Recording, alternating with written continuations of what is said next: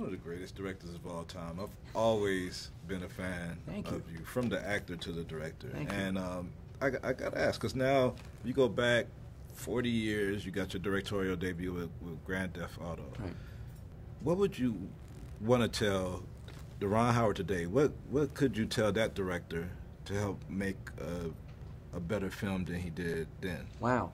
Well, I would say take some more risks in terms of reaching out to people. When I was younger, I was a little intimidated, even though I'd grown up in the business. I was a little bit intimidated to reach out to people who I thought might judge me. And so I tended to work with a smaller group of people who are also basically rookies and inexperienced, you know, people that I would trust and feel that comfort with. Now that's good, but if I had the experience, I would look back and say that's not as important as you pushing yourself, and go ahead and put yourself in a position where you might say something stupid, but you'll learn faster, you know, working with even more elite, experienced minds, and you know, and if you have the courage, they'll respect that and work with you.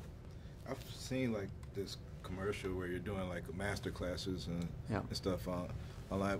How is like teaching the craft of directing? Has that helped you grow as a director at all to teach it? Well, that master class is the first time I've really made an organized attempt to do that. It's something I've thought about my whole life. And occasionally I'll get to talk to a class, and I always have interns who are mentees to come in and be around the movies that I'm working on. But that's the first time that I had to organize myself around it, and I did learn a lot. I think there's something to that old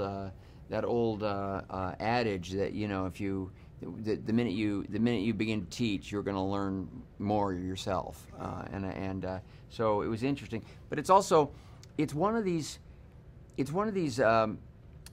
careers where you can never know everything, and it's all moving parts. Things change movie to movie.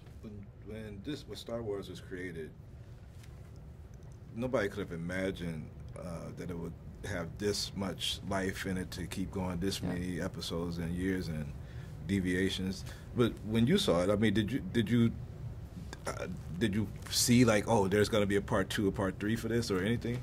I was just blown away, but I didn't think in those terms. And at that time, the idea of sequels was kind of corny. People didn't do it. You know, Planet of the Apes did some sequels, but Godfather 2 was more like finishing off a great novel. But you didn't think in terms of, oh, I'll bet there'll be another one. And so it was kind of shocking when he came out with Empire Strikes Back. And it really opened up a new relationship that people could have with characters in movies. And of course now that's the first thing we think when we see something that we really love is, I wonder if they'll do another one. Think. You want to make that move. You want to make that move. You made that move, okay. I guess I'll have to destroy that little guy. Somehow I never get bored with winning. No, you can't wipe them off. They're holograms. Hey, Chewie, relax. Hey, try to compose yourself. Look, all you gotta do is think a few moves ahead, anticipate your opponent. There's a lesson to be learned here.